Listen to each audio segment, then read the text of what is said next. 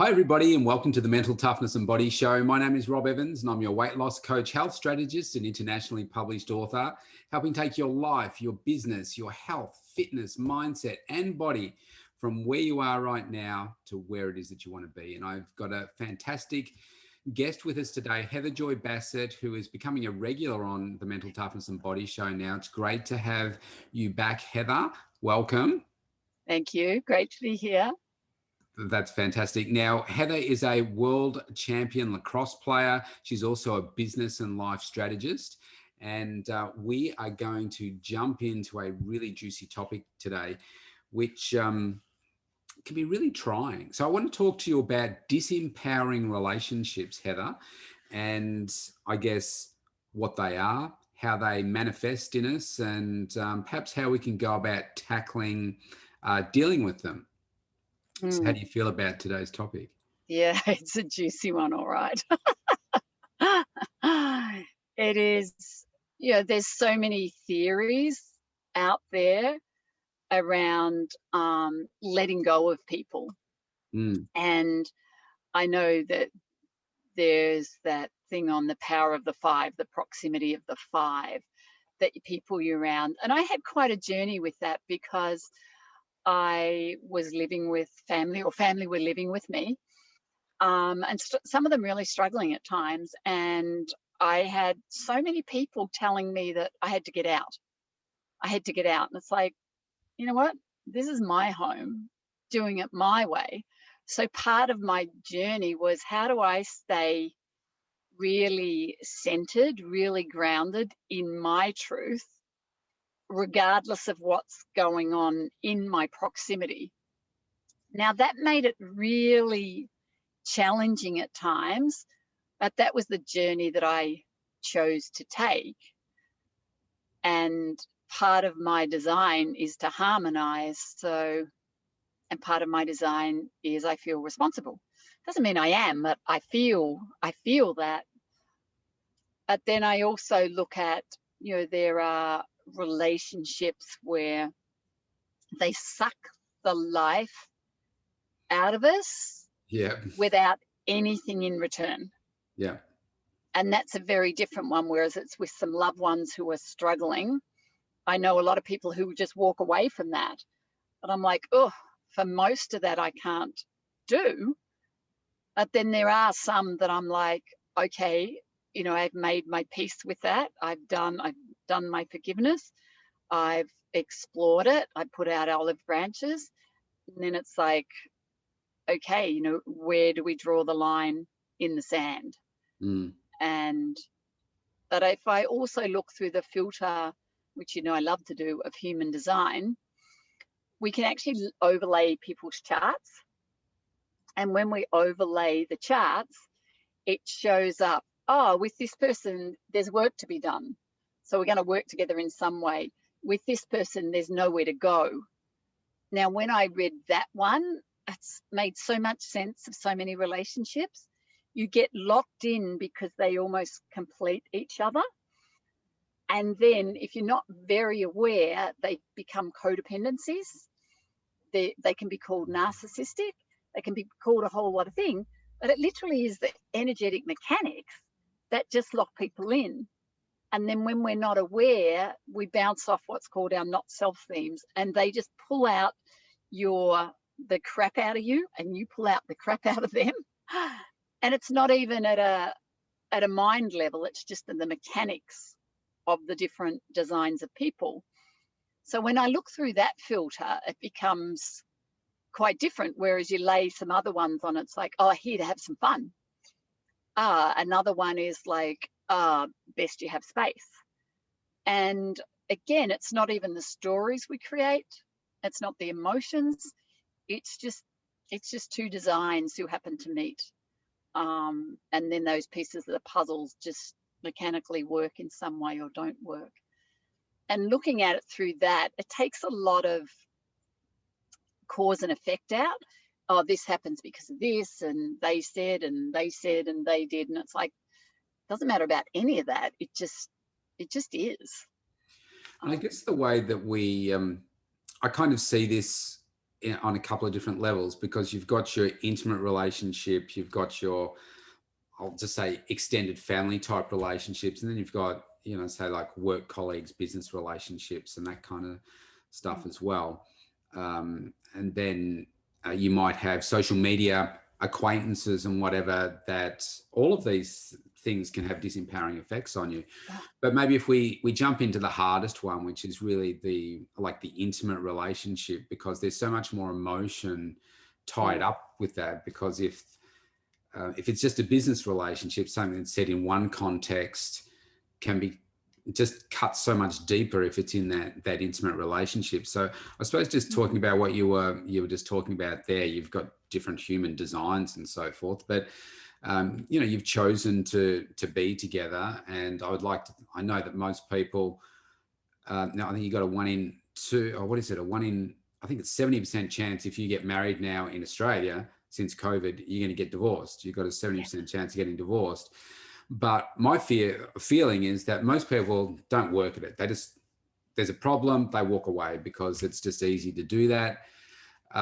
So when it comes to those intimate relationships, how do we work on, whether you've got different human designs, or I'm talking your language and not necessarily always understanding it, but how do we make that work? I know we're not strong communicators naturally, but what's your perspective?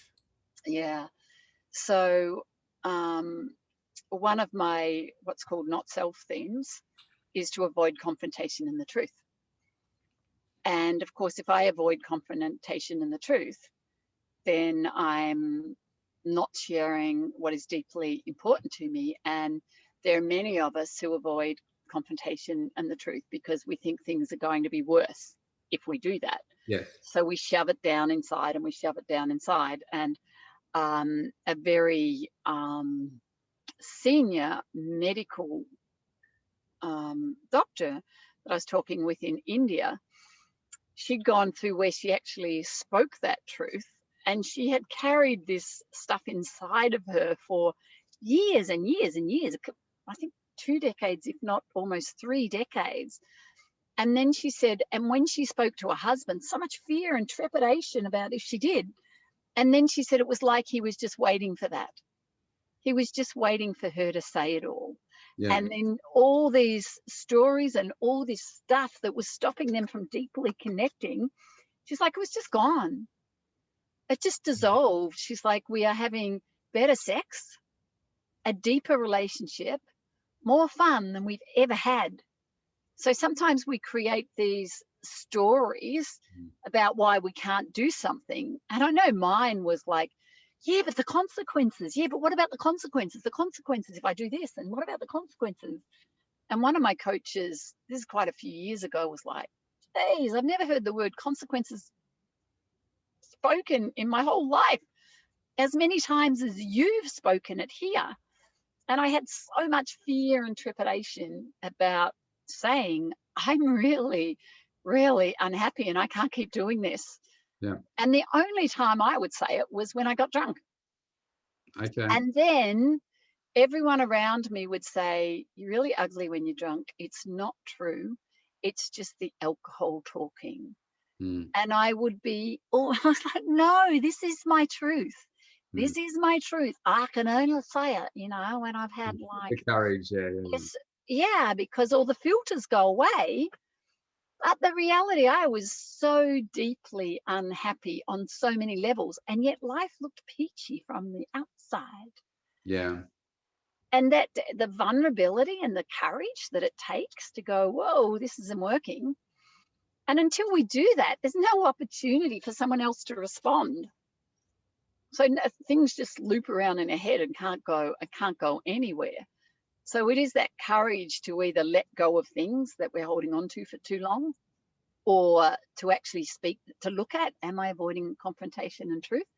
And I would dare say most of the people listening to you, most of the people on that health and business journey, there's a huge amount who avoid confrontation and the truth and hold on for things too long and think about things that don't matter. Yep. And the crazy thing is, all of those things we only do when we're not being who we're designed to be. Yeah. Yeah. Yeah, that's really a really powerful insight. So I think you're right. You've just got to. I think about my personal journey through relationships, and so I was with my ex-wife for 20 years, and I think for many years, because when you start off, I mean, we met when I was, oh gosh, what was I? I was 27 when we got married, and she was my second girlfriend. And I had no idea how all of that stuff was supposed to work. I just thought, doesn't it just, it's me and then there's her, and it's like, you love me, I love you. It's just, oh, it always just works from that point on. But no, it doesn't. And I used to, for probably years, just if something hit me here, you know, like I'm pointing to my heart here, I do Yes, have one. me too. It's a I very would, big one. oh, thank you. I would just let it build up and Yeah. manifest inside me, and it would feel horrible. And then something small would happen, and then it's like, you always do that, you know. And by the way, you squeeze the toothpaste in the wrong part of the tube. You never put your clothes away, and you know, sounding like a crotchety old woman. And I thought, uh, yeah, and it just didn't feel good. And then I Mm. realized, well, what I was doing was just making up all these stories in my head about, you know, if I said this, what would happen? And I guess I was going back to that inner child of me that was bullied as a kid and thinking, well, if I say this, you know, that's not going to feel good. And what are the consequences of doing that? But that doesn't serve you in the long run. So, No, it absolutely does not serve, and it shows up as dis-ease in our body. It shows up as dis-ease in our mind. And for me, I remember when my this guy asked me to get married. We're sitting on the back porch. It was a beautiful day. just this guy, this random This guy. guy. Well, I could call him my first husband, but I've never Right. had a second one, so I'm like, what do I call him? Um, so anyway, this very, very beautiful, beautiful human. And, you know, he got down on bended knee and he said, I was waiting until you were happy before I asked you, but I don't know when you ever will be happy. Will you marry me? Yeah, I mean, right. that is not the way it's supposed to be. And I look back and I was so torn because the tears and the unhappiness and the more tears was because I knew I wasn't meant to marry this person. That I was caught up in this illusion of this, you know, get married, have kids. I love this guy. You know, he walked into my life. Our energies met across the room. It was like boom. It was that love at first sight. But what I realized is that huge, deep connection is just part of who I am. Mm. Connection is my highest strength. So I deeply connect to people. And that doesn't mean they're even connected to me, but I'm deeply connected. I'm invested. And so here I was planning this wedding and having this beautiful dress that I made with my aunt, and it was a replica of my great grandmother's. And you know, my grandparents have been married for 70 odd years. My parents now have been together 72. And I'm like, so I'm on this fast track of married and babies and things. And there was a huge part of me that was knowing that was wrong, but I never could speak it. Yeah. And I was like, yeah, I want this marriage and the white picket fence and the kids. And then, yeah, so we got married, and of course, that sadness and that guilt and that uncertainty that was there all along just compounded. And then when it came to, you know, people say you don't work on it. The thing was, when it came to having counseling and things, it was like there was nothing to work on. I had left the building long before the door was shut. And again, in that space, it put me into a space of responding instead of initiating. And of course, if I respond, then I'm just a mess because I'm not designed to do that. So when I look back, but it took me nearly 40 years for that real clarity of going, yeah, of course I was so sad. I was going down a path that my, 90, probably 9% of me was going, stop, don't do this. And then the amount of people who get together and then are going, I don't really, this is not even where I'm supposed to be, but then the societal and the parents, and we want to please everyone around. Again, don't want to have the consequences. We end up down a path. Whereas the next deep relationship was many, many years later. And that was the father of my children. And again, I thought, the white picket fence, the kids. And again, it was really traumatic for me. But I realized much sooner, I learned a little faster.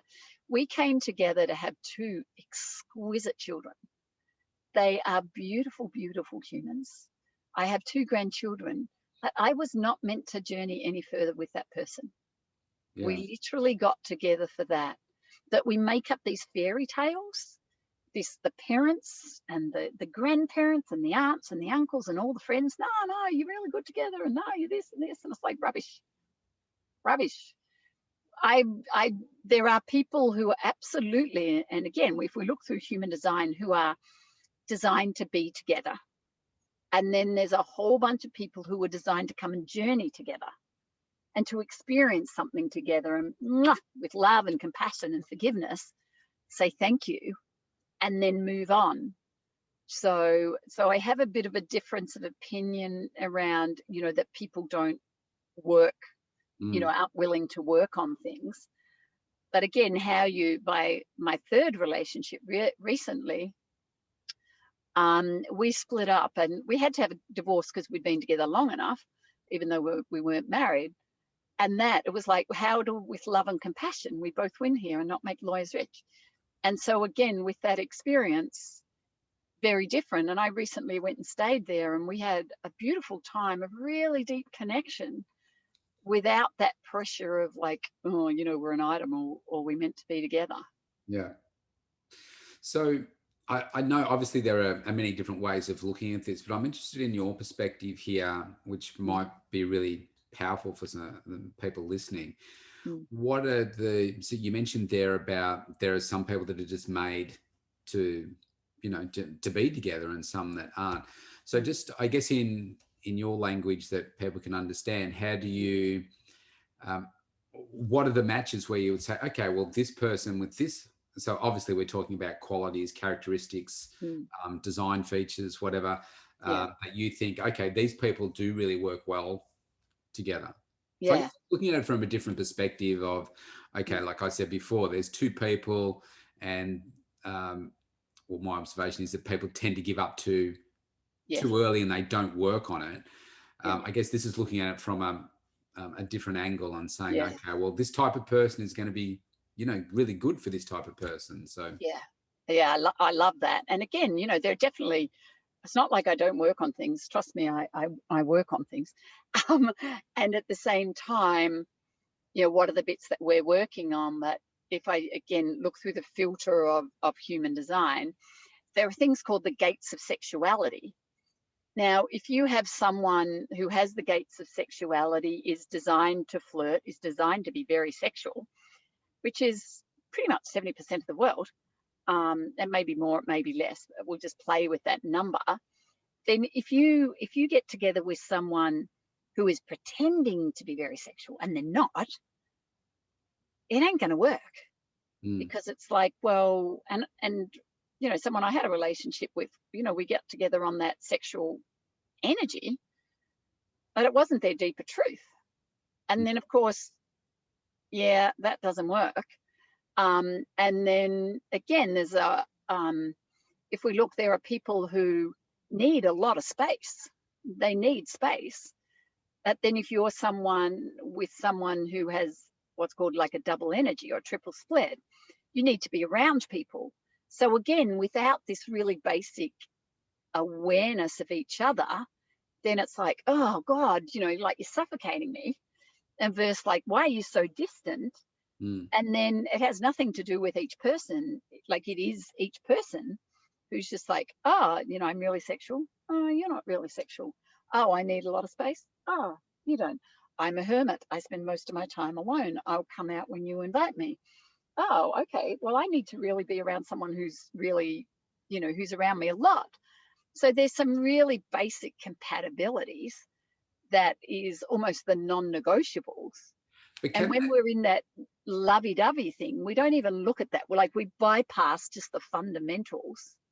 Yeah, doesn't go so can well. that still work though if you have the, let's just say that you've got the person that is need, so this is me, right? Yeah, So you've got the, and this is my last relationship actually, so somebody that really, I'm going to say needy, but that's probably a bit rude, but somebody that wants constant sort of attention, and the yep, person that, like me, I'm deeply loving and very loyal, but I also need my space yeah, to recover and do all that kind of stuff. yeah, You have a clear understanding on both sides. So, well, I understand over here what you need, and if you understand what I need, you can still come together and still be really good. mm, It's not like, okay, two yeah. people that are, am I Oh, interpreting that right? yeah, absolutely. Opposites, opposites attract. We know that with magnets. So there is that. And the big thing that allows it to work is the awareness and the Yeah. consciousness and the open communication to go, you know, I love you and I'm going off to do this crazy adventure. And the other person knows, oh, you're a wanderer. You're going to go and do that. And I know you're going to come back home. Mm. Whereas if we don't have that understanding there, again, that someone who needs, so someone that I love dearly, um, they have what's called a split energy center. So they would often need my energy, and I'd just be like, oh, I need my space. And I didn't understand it, but when I actually saw their design and went, oh, okay, it's has nothing to do with me and everything to do with me, then they could come into my energy. And because acts of service is my love language, then Mm. it began to work. Whereas without the awareness, it's like, oh, give me some space here. So there's some really fundamentals that all the story drops away.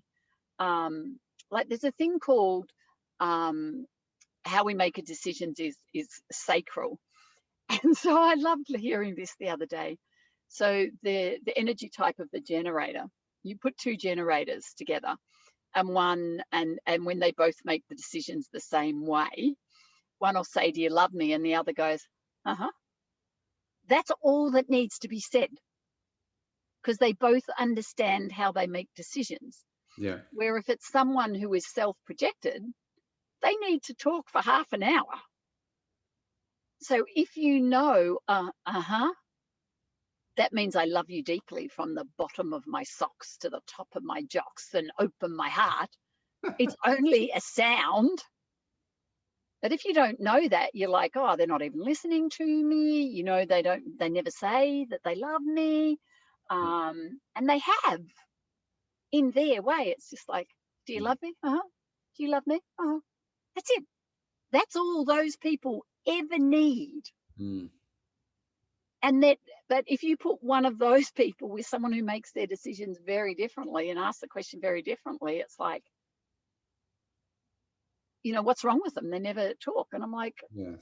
yeah. So just those really basic understandings of the dynamics of the energy of someone, then all the stories just go. It's like, you see through a different filter and you go, okay. And even in motivation, I used to think, I have one of my loved ones, and I'm like, oh my God, I can never meet their needs. I can never meet their needs. And then the crazy thing when I explored um, my design, I'm not here to meet anyone's needs. I'm here to help them face their fears. Mm. Whereas someone else is here to fulfill their needs. And I'm like, of course, I could never meet this person's needs. I'm not designed to. And when I try, God, it's a disaster. So I don't do it anymore. I don't try. And I guess the really tough thing here is, I mean, I'm learning every day. I mean, I've got two teenage daughters. I mean, they keep you grounded, and realize when I thought I was becoming a good communicator, what a horrible communicator I am sometimes. But the more I learn about women and teenage girls, is that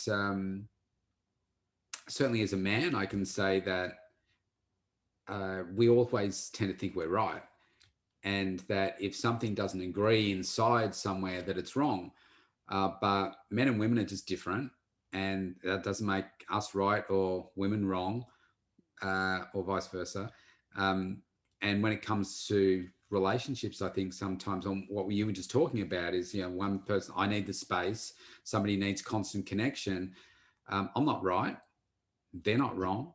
It's Yeah. just how you manage, I think, the gap, the expectation, the difference. And Mm. from what I see is there's a lot of that can turn into disempowering Ah, behavior because we don't follow Nike and we don't just yeah. do it Yeah. and we don't just talk about stuff, and it just manifests inside us to become something bigger, and then we tend Mm. to leave. Yeah. um, and I know we're talking a lot about those intimate relationships here, but I mean, you can have a toxic or disempowering business relationship, you can Ah, still get on with your life, but if your intimate relationship is screwed, then everything is yeah. completely screwed. I'm totally on board with that, because the stuff that played out for a couple of decades was because I was avoiding confrontation and truth, and I was holding on to things that didn't matter, and thinking about things that don't matter, holding on to things for too long, and I wasn't willing to face my fears. Mm, And the big thing is, we often think, a lot of people think facing those fears, they're here to do alone. And I had support to face those fears. And again, I'm designed to help people face those fears. It's like, what if I leave? What if this doesn't work? yeah. How am I going to survive emotionally? What's going to happen to my kids? The fear of what would happen to my children, of how, what if their father took them away? Like the stories that I created, and burdened myself with, and early on my kids with, were just ludicrous when I look back. And that very difference, I mean, even goes beyond sexuality and beyond gender to simply the design that we are.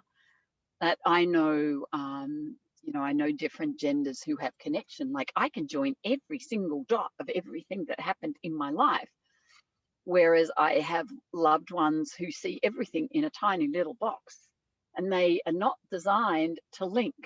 And I'm like, how can you not see that leads to that, to that, to that, to that?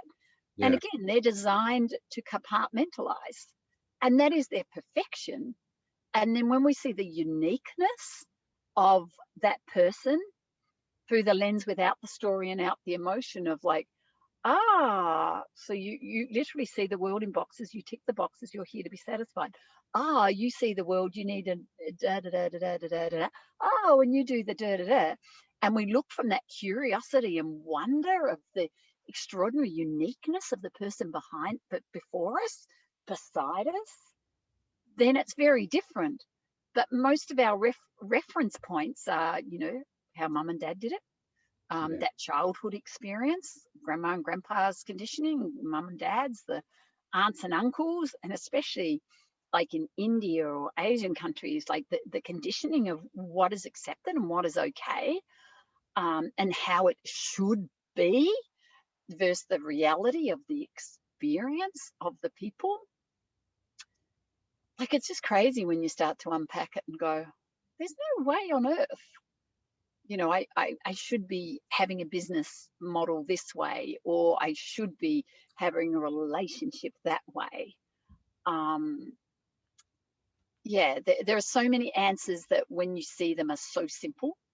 And again, even Rob, knowing that, okay, I love someone deeply, your heart is massive, and you need that space time, and you're very process driven, and you're very Mm. organized, and you plan. Now, for me, I'm the opposite extreme of that.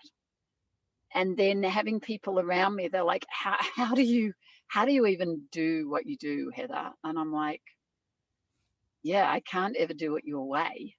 And I love that your way works. I love that you're planned. I love that you're processed. I love that you have all that structure. Just don't put it on me. Mm.